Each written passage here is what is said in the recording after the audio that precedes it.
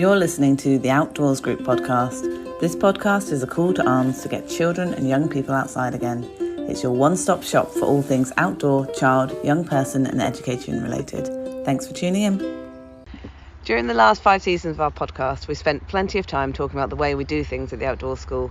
We've spoken about our approach to education, how project-based learning works, why we think the outdoors has such a transformative effect on our learners, as well as having spoken to staff from across the school, and we've even spoken to some of our learners about their experience. However, we have missed out one crucial voice from our school community, that of the parents and carers whose children attend this setting.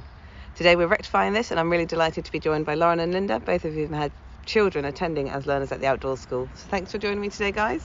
No worries. Especially after such a stressful morning for us all to get here. So I really appreciate you guys being here. So before we get into your experience with the Outdoors School, it'd be good to know, get an understanding of where you were as families when you started here. So what was your experience of previous schools that your kids were attending? Do you want me to go? Okay. Well, the boys were in a mainstream school that wasn't working out. We were having smashed windows and chairs thrown, you know, the usual. I'm assured that you've experienced it all, I'm sure. Yeah. Oh gosh, I'm really nervous now. Oh, don't be nervous. Leighton once even set their fire alarm off for nothing. Oh, did he? Little monkey. Oh, bless him. Several times getting called every day, literally on a daily basis. It was quite something. Suspended. I've still got the letters. Mostly Dominic though, where he would get suspended for days at a time. So it must have been really stressful for you. Yeah, I think I was in tears most days. Oh, bless you. What about you, Linda? So we were in mainstream as well. I've got 2 kids, but it's Joseph, my elder boy, who attends the outdoor school now. And our mainstream experience was okay. He was at good in lots of senses. He was at a small moorland primary that only had about 60 children on register, and that has a really strong ethos around social and emotional health, which is where he really struggles. So I had a really good relationship with the school, and they tried everything. So he had an EHCP almost from the start of reception, and one-to-one support, and as we went through, I think COVID bought us a little bit of time because he was suddenly out of that environment, and we probably got an extra year before it was clear that the wheels really were coming off. So when he was in year 3, he was just really struggling to access any aspect of the school environment or the curriculum, or even stay safe on site.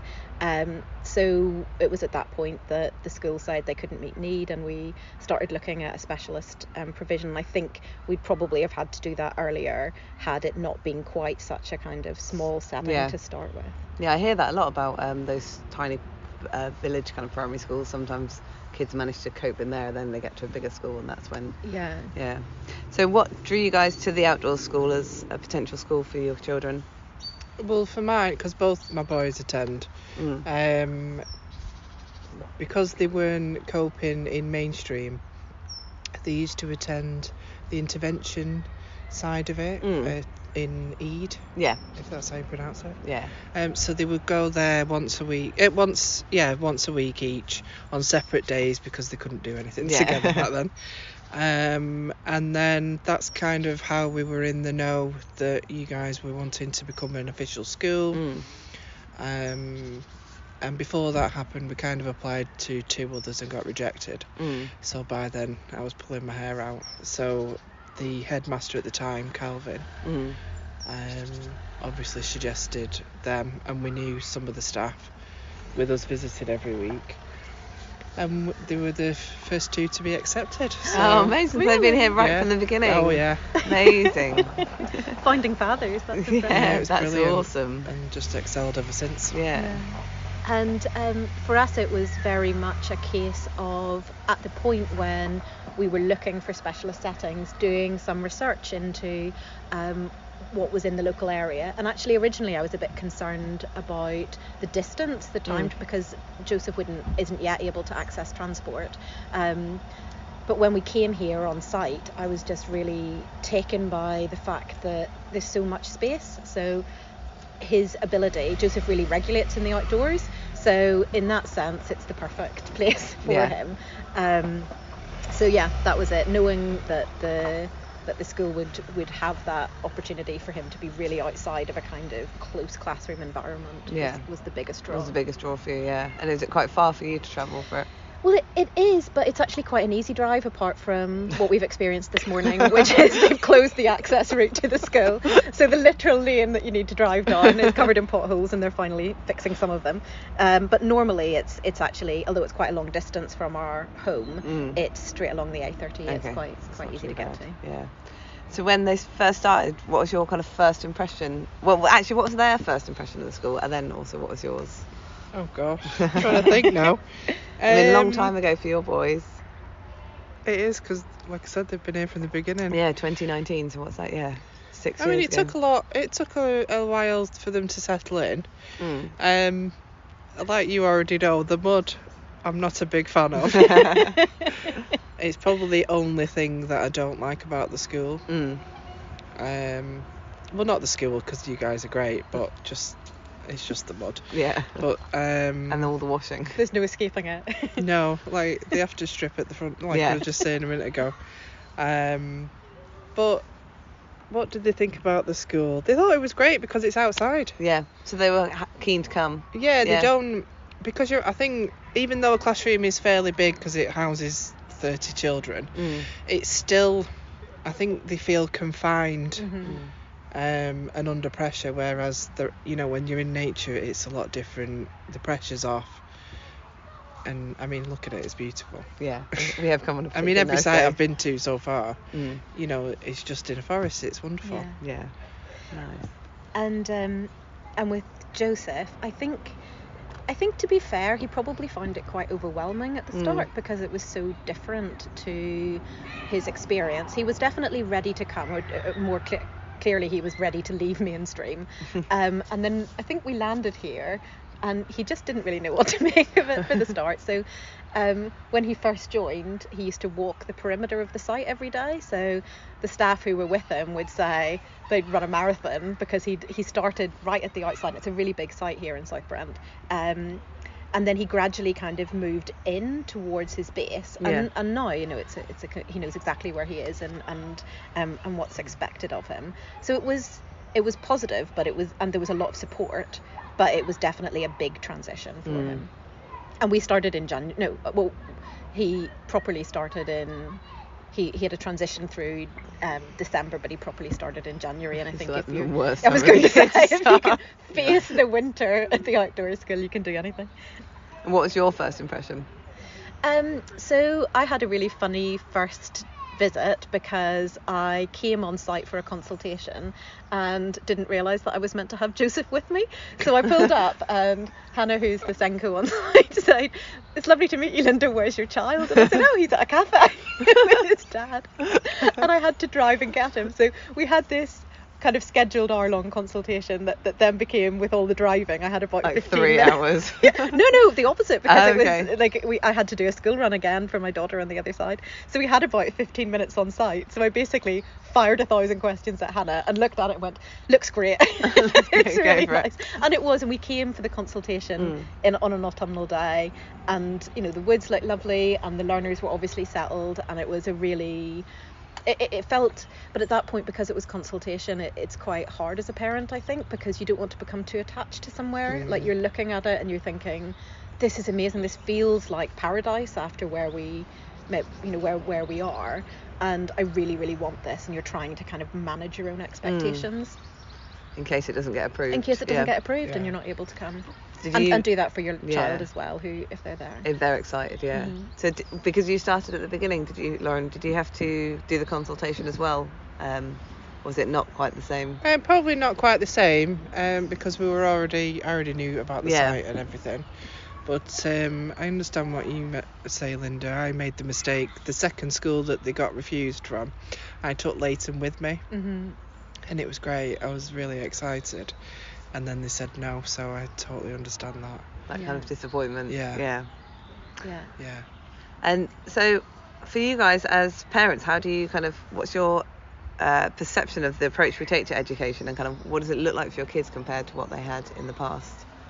Will they actually take time to get educated? Like in previous,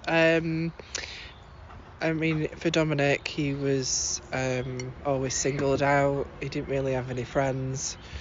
And I closed my eyes because there's I always get a picture in my head one day when I dropped him off and no one would talk to him, so I always get upset about it. Oh. But it was many moons ago. Yeah. And they used to, when he became too much, because obviously they couldn't support him in the way that he needed, they would always put him in the room opposite the classroom by himself, just to what? Isolation. Yeah. And that wasn't the answer. Or Or if he became dysregulated, they would, I mean, I know sometimes you have to you hold on to them, but to me, they didn't have the training what they needed. I don't think mainstream schools do. I think it should be prioritised now, especially because there are more and more children like ours, whether they stay mainstream or not. It's just always good to have that knowledge. But no, I prefer the educational side here because you teach them life skills, and I often worry what will happen when I'm no longer here. Yeah. Who's going to take care of them? Are they going to manage? I mean, Leighton, I think, will be okay. Dominic, I worry about quite a lot because he really suffers socially. Leighton seems to regulate a bit better. Yeah. And can voice his opinion and everything. But no, I just think it's great. I mean, obviously you do maths, science and English, but you actually focus on what they're going to use when they're in the big bad world, as they say. Yeah. And I think that's more important. Yeah. Definitely. So when you say about the life skills, do you mean like practical skills as well as the social kind of budgeting money. Yeah. Cooking. Dominic takes on a lot of the cooking at Chillingford. Yeah. And he really has got a talent for that. He loves it. Oh, nice. Whereas you wouldn't get that in a mainstream school. No. You know, it's not like it was 50 years ago where they used to teach all the ladies to cook and everything. Obviously, men and women can do it now, but you just don't get that side of things in school, and a lot of us don't use the skills what we learn at school when we're out in the world, do we? No, my teenager's in a mainstream setting, and she came home and was like trying to work out she was like, Mum, I'm doing this maths thing, and it was like timesing square roots of numbers by something, and I was just like, can you help? And I was like, no. And I was like, but also I was thinking, when is she ever going to use this? And unless she's a mathematician, which I don't think unless you she's take a be. career in that sort of like, subject. I just don't think she's ever going to need to know, like this SURDS it was called, and there's probably teachers out here who are like, oh, we know what SURDS are, and maybe they're really useful, so I apologise if SURDS are useful. I haven't got a clue, so you're good. I'm going to get an email now from someone being like, actually, SURDS we use every day. Sorry. But yeah, I think you're right, and I think I saw like the Crediton Key Stage 4 group they'd done like a trip which was getting the train to Exeter, then going to a supermarket and buying everything, and then getting the train back. And I thought, actually, like, those are really important skills to be able to go to the train station and buy your tickets, and then go and like interact in the shops and buy all your stuff that you need and stuff like. And you're right, we don't do that in the mainstream. Like, how many uni students get to uni and don't know what to cook because the only thing they can make is toast? Like, at least the kids here will have loads of experience of cooking. Well, this is it, isn't it? I mean, I know I say regular because I don't like the word normal. Regular folk would know how to get the train and go to the supermarket, but for them it's a really big deal. I think it's really important that they learn that rather than what's the square root of whatever it was. Whatever. Yeah, and I think the big thing for me is just the focus on pastoral care and emotional regulation before any learner is expected to learn anything, even even like a functional or life skill. So I remember coming to a parents' talk from staff, like really early days, and they explained how the school day starts with grounding and check-in. So these are two activities that learners go through every day, routine across all sites before they start their days, kind of semi-formal learning, or the kind of more formal side of the learning day.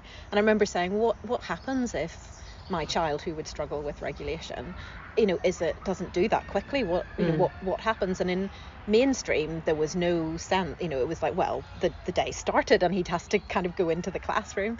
And I was really struck because the staff member who answered said, well, they can't, he wouldn't be expected to do anything until he's emotionally regulated, and we'd wait with him, and they said for some learners that might take 5 minutes. For some learners it's an hour. For some learners it's maybe a full day. And I think that shift in focus to make it so based around getting learners to a point where they want to learn and are able to learn is just completely transformative. And it's so child-led. So Joseph has lots of quirky interests and things that he would find fun that other people may not, and they lean into it. So his group and leaders know to work with that, not exploit his interests, but really if he has an interest in singing, which he sometimes does.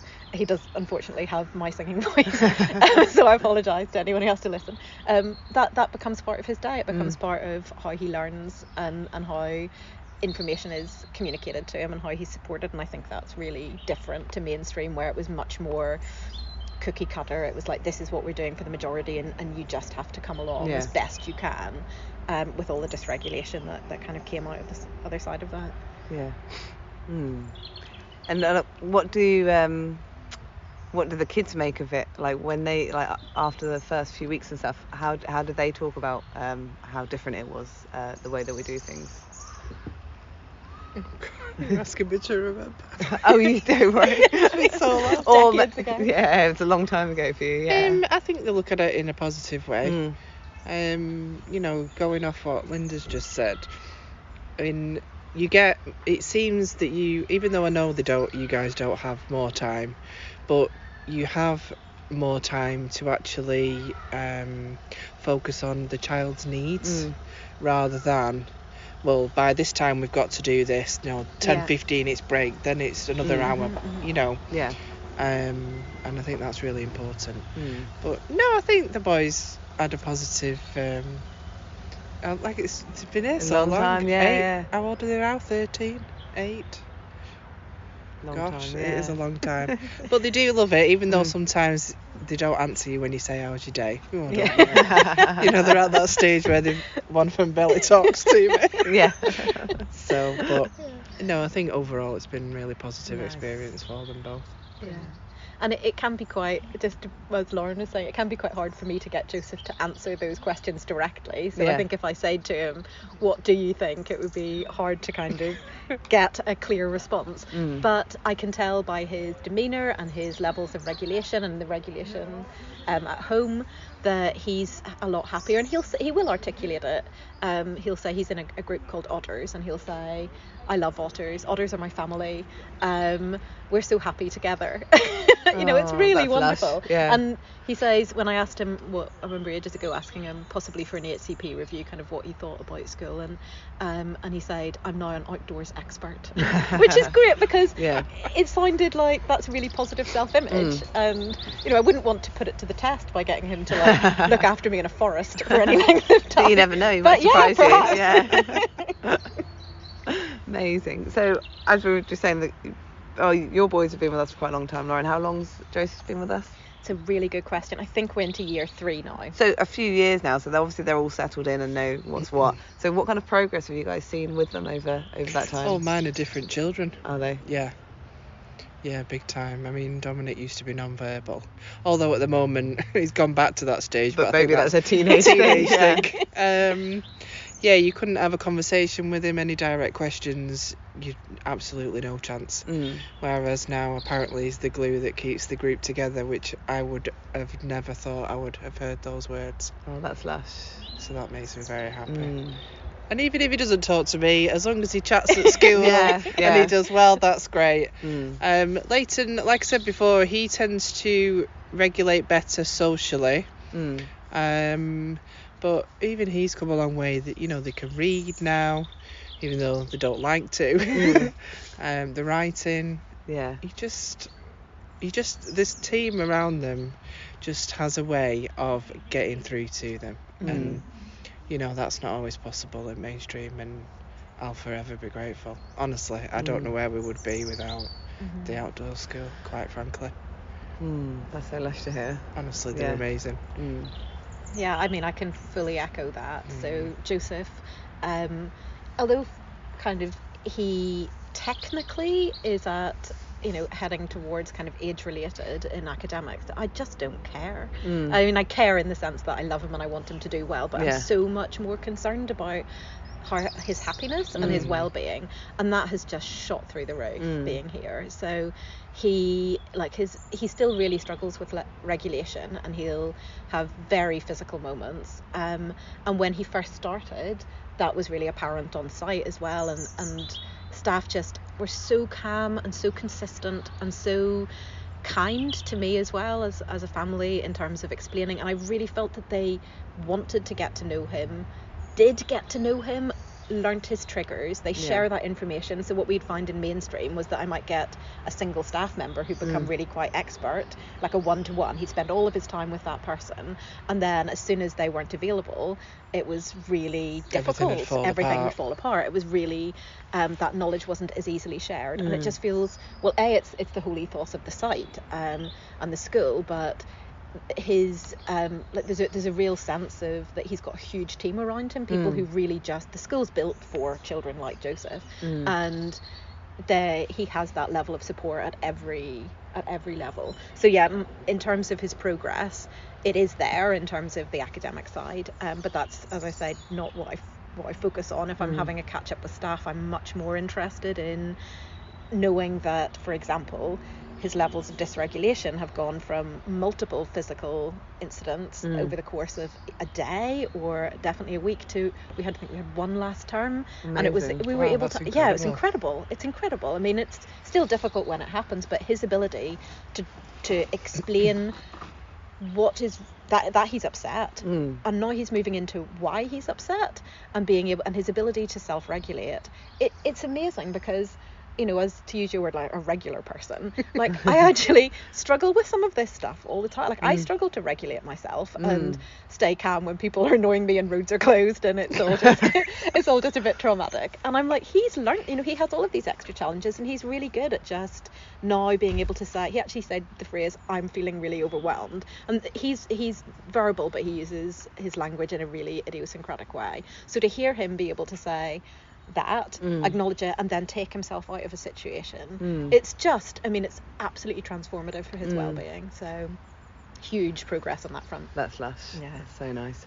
I was just thinking, because we did a podcast with some of the learners, and actually one of the kids had said, like, he sat and chatted to me and was saying, sometimes I have these feelings about like stuff that I want to do, and I know I shouldn't do it, and so I'm having like a battle inside myself about whether I should do the thing that I want to do when I know I shouldn't. And then the Senko afterwards was like, he's never expressed that so verbally before, to actually, and again, like as you say, like for some adults that's hard for us to explain, like when you're like, I really want to do this but I shouldn't. So like for a kid that's struggled with it to be able to get to a place where they can talk like that is it's just really lush, isn't Sounds like Leighton. I think Leighton was part of that podcast. Leighton was, I was about Leighton was awesome. I was just thinking, I remember chatting to him at Shillingford. He used to funny. say he had like a devil and one, or this is how he described it to us, a devil and an angel.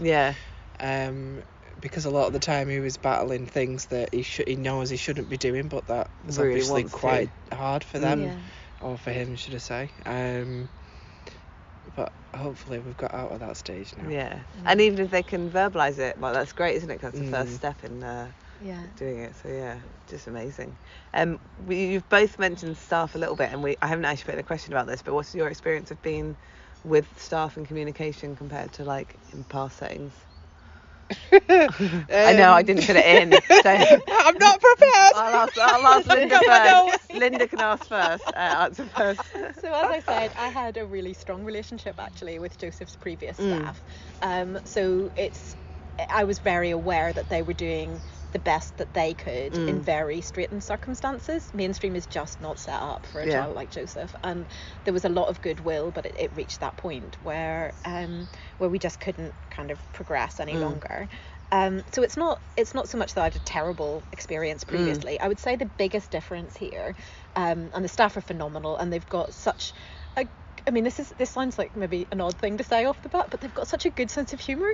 Like I just love how they enjoy our learners. Like if I pick Joseph up, they'll quite often, someone will come running up and say, "You'll never guess what he did today." And sometimes it's obviously an academic or kind of a more kind of functional kind of piece of information, but often it's just like sheer joy about something he did that made them laugh or that was fun. And I'm like, I'm so pleased that we have that levity, we have that ability to just kind of share things happily.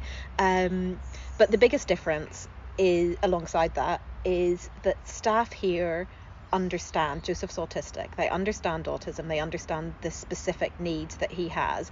And for the first time in my experience, they're bringing ideas to me rather than in mainstream, where with all of that goodwill, conversations would be staff saying, what should we do, Linda? What do you think we could do to better support Joseph? And that's a really important part of the conversation, but it's only part of it, because at the end of the day, I'm not an educational expert, and I'm coming at it from one particular angle. I'm coming at it from, you know, as a mother, and I needed someone at times. I know we'd all like a cheat sheet that says this is what you do, but it feels so much more collaborative here, and that there's real knowledge, like a real depth of understanding, where staff repeatedly have come to me and said, Joseph's struggling with this, why don't we try doing X, and if it's something else, we're going to do this here, would you like to roll it out at home as well?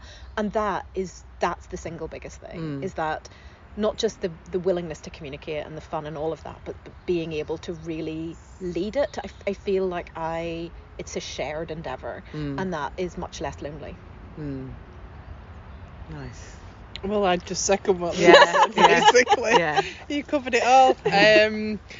To be honest, because the boys have been here since the beginning, I kind of look at the outdoors team as being a second family, because they're involved so much. You know, if you're not talking to someone on a daily basis, you know, it's at least a couple times a week. You never had that in mainstream. You know, really, they just wanted to get rid of you.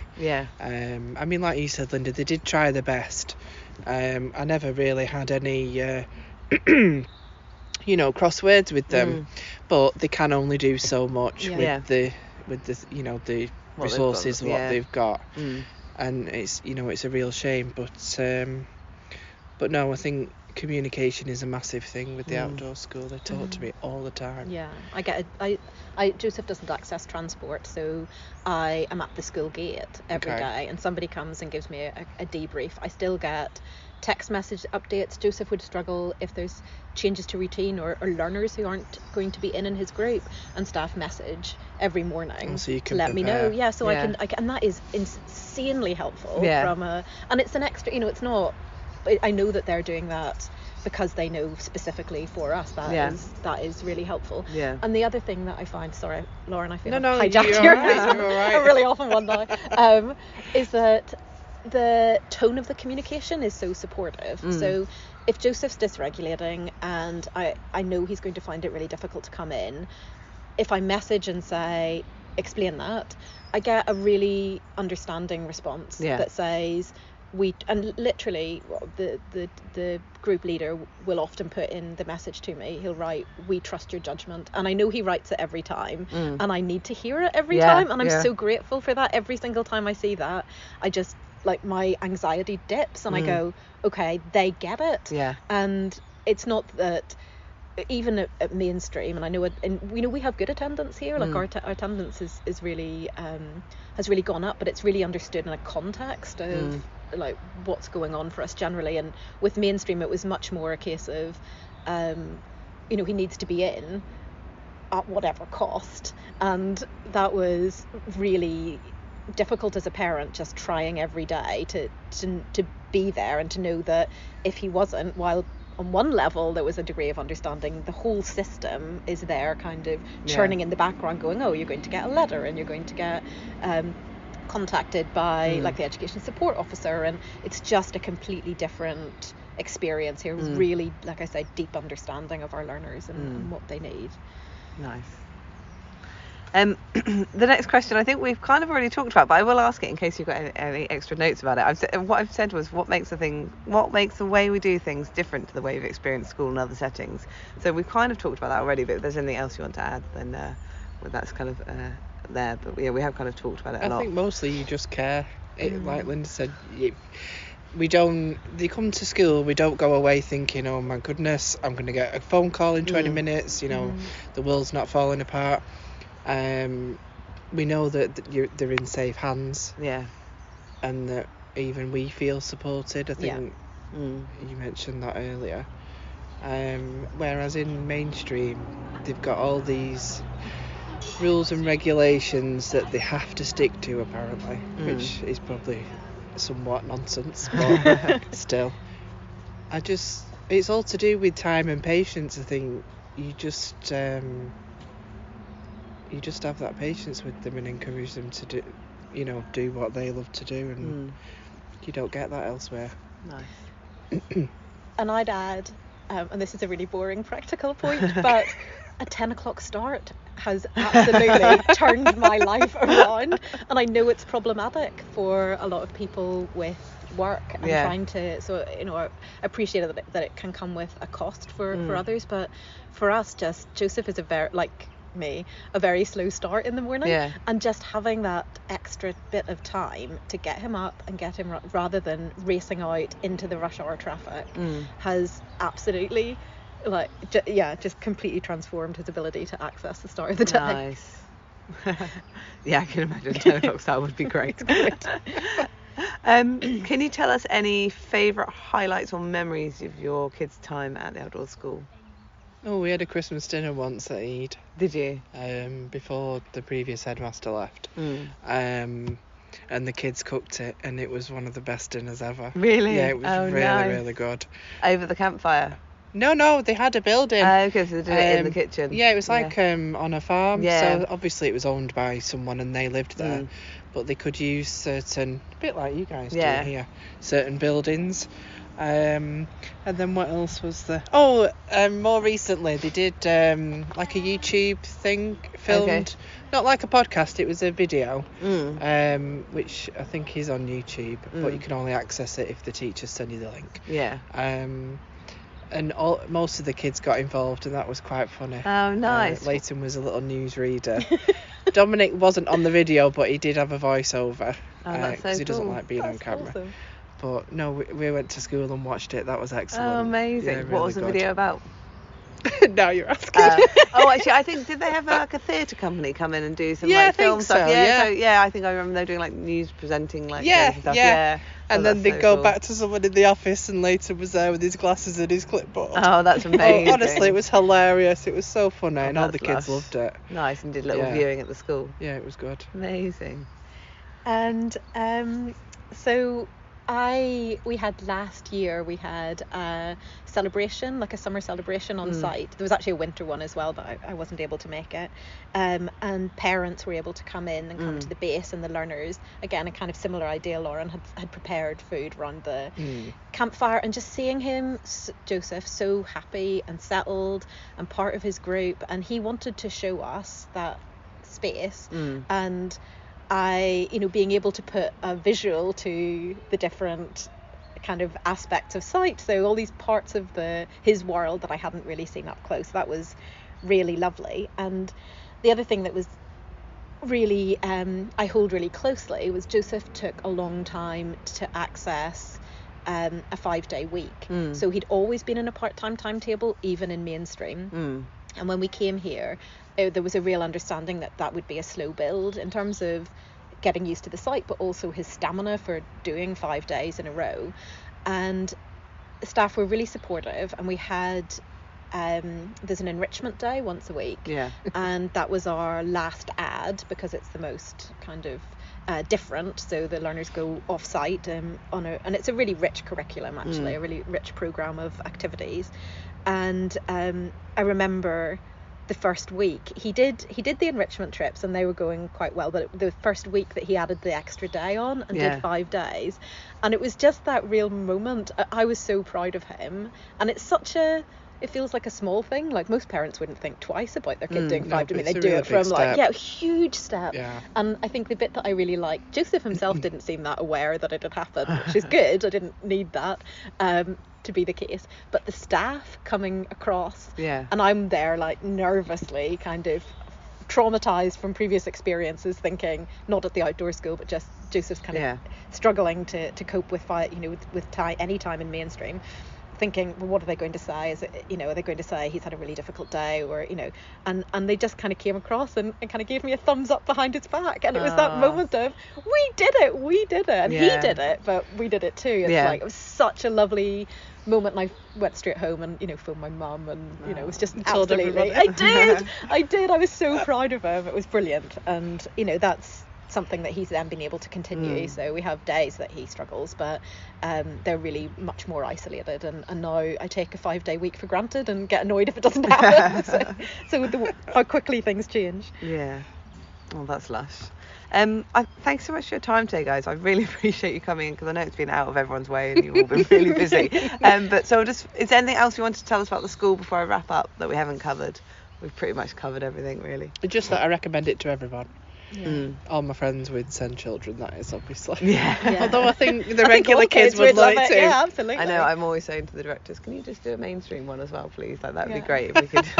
Sometimes I think about what Joseph does in a day, and I'm like, I want to come to the outdoor school. This sounds great. Sounds like so much fun. Yes. Sometimes they send me videos of the projects they've been on. I was like, oh my gosh, that looks like so much fun. I want to be doing that. But, you just seem to have a lot more opportunities.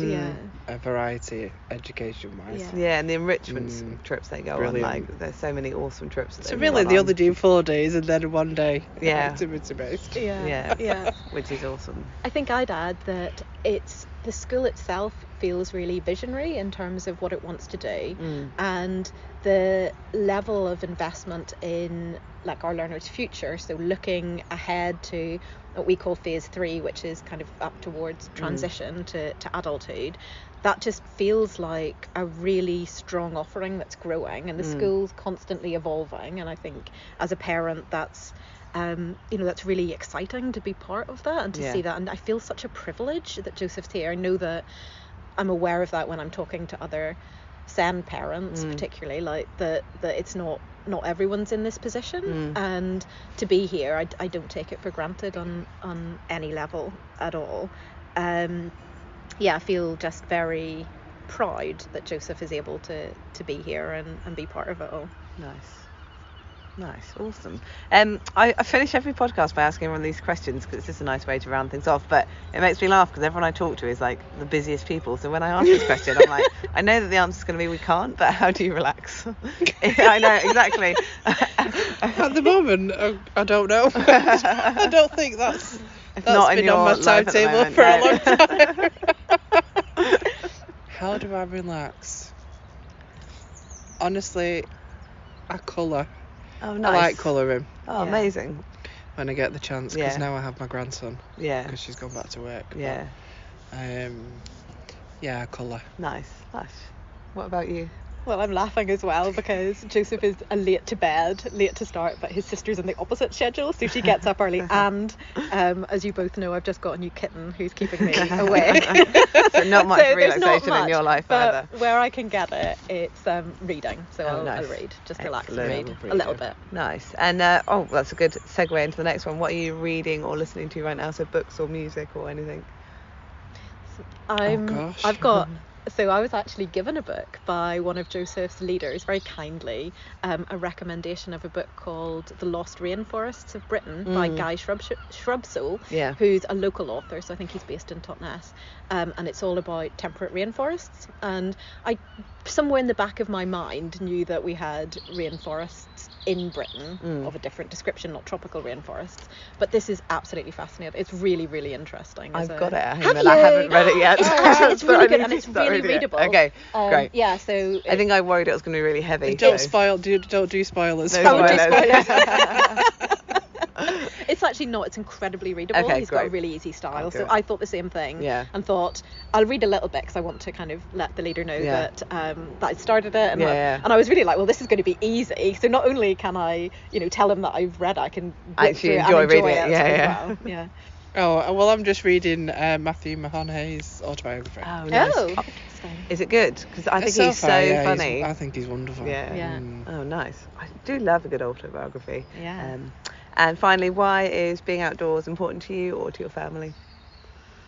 It's definitely how Joseph regulates. So I think, in a way, I've always, like most people, I wouldn't say I dislike being outdoor. I like it, and I'd have always enjoyed walking, and I run not very fast and not very far, but I do it. So in that sense, I would have assumed that if you'd asked me 10 years ago, like, do you see that as a big part of your life? And I'd have said, well, yeah, kind of, like, I quite like it. But actually, we don't really have the choice as a family to do a lot of indoor stuff. It's just not accessible. And so we've really been pushed to the outdoors in a way that I think a lot of our friends don't need to do that. And actually it's a blessing. Like, it's really wonderful. We don't do as much in the moor as we should do, because the kids are still at we want the beach because beach has ice cream. And I can't really dispute that. So we do a lot of going to the beach, and Joseph just regulates, and it's so much easier for us to do something as a family when there's that space for him to just come back down. Nice. Okay, so I'm not an outdoor person. I love being at home. That's fair enough. However, in the summer we do go to the beach. But I tend to get, at the weekends, when I ask them where they would like to go or if they want to go out, they always say no because they've been out all week. They've been out all week in the forest. I want to rest. I'm tired. So, especially in the winter, because it's cold, and Leighton does not regulate well in the cold. No. But over the summer we tend to go out to Somerset. My mum and dad have got a caravan there. Oh, nice. And the site's quite enclosed and safe, so they're able to go to the park, explore. Which is not far from, it's all in the same area. So they have a little bit of freedom there. Nice. But other than that, no, I mean, to be really fair, my kids are the same, like, because they're at forest school one day a week, and then we go to this other outdoor grove, and so at the weekend I'm like, should we go for a walk? And they're like, no, we've been out all week, we just want to be inside now. I do walk with the dog every day. That's probably as most I get. Excellent. Amazing. Thanks so much for your time today, guys. I've really enjoyed chatting to you both. Me too. Thank you. Even though we started off wrong. Hopefully everyone's feeling a bit better than they were an hour ago. Brilliant. Thanks, guys. Thanks very much. A massive thank you to Lauren and to Linda for joining us to talk about their experience as the parents of children that attend the outdoor school. It was such a lovely conversation to listen to, and I'm really pleased that we had the opportunity to represent the parent community on this podcast, as we have heard from staff and from the learners. So this was a really much overdue podcast. I really hope that you enjoyed the episode. If you did, as always, please like the podcast, subscribe, share it with your friends, rate it, do all the things that mean that more people can find us. We'll be back in a fortnight with another episode, but until then, thanks for listening.